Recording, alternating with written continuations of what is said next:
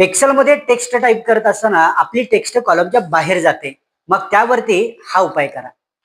तर त्यासाठी सिंपल आपल्याला जेवढा टेबल क्रिएट करायचा आहे तेवढे कॉलम आपल्याला सिलेक्ट करायचे. नंतर आपल्याला जायचं आहे कंडिशनल फॉर्मॅटिंग मध्ये आणि आपल्याला क्लिक करायचं आहे न्यू रूल वरती. नंतर लास्टच्या ऑप्शनला एकदा क्लिक करा आणि ते कर्सर ठेवा आणि आपल्याला त्या कॉलम मध्ये एका सेलला सिलेक्ट करायचं आहे आणि 2 वेळा F4 प्रेस करायचं आहे आणि पुन्हा आपल्याला फॉर्मॅट मध्ये जायचं आहे.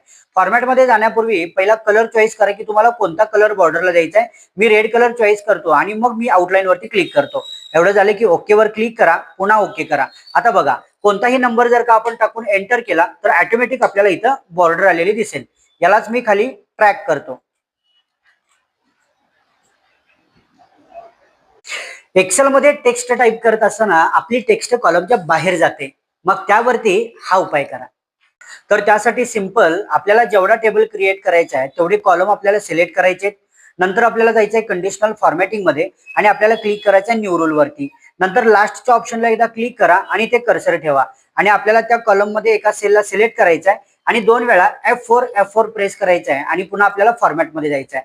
फॉर्मॅट मध्ये जाण्यापूर्वी पहिला कलर चॉईस करा की तुम्हाला कोणता कलर बॉर्डरला द्यायचा आहे. मी रेड कलर चॉईस करतो आणि मग मी आउटलाईन वरती क्लिक करतो. एवढं झालं की ओके वर क्लिक करा, पुन्हा ओके करा. आता बघा कोणताही नंबर जर का आपण टाकून एंटर केला तर ऑटोमॅटिक आपल्याला इथं बॉर्डर आलेली दिसेल.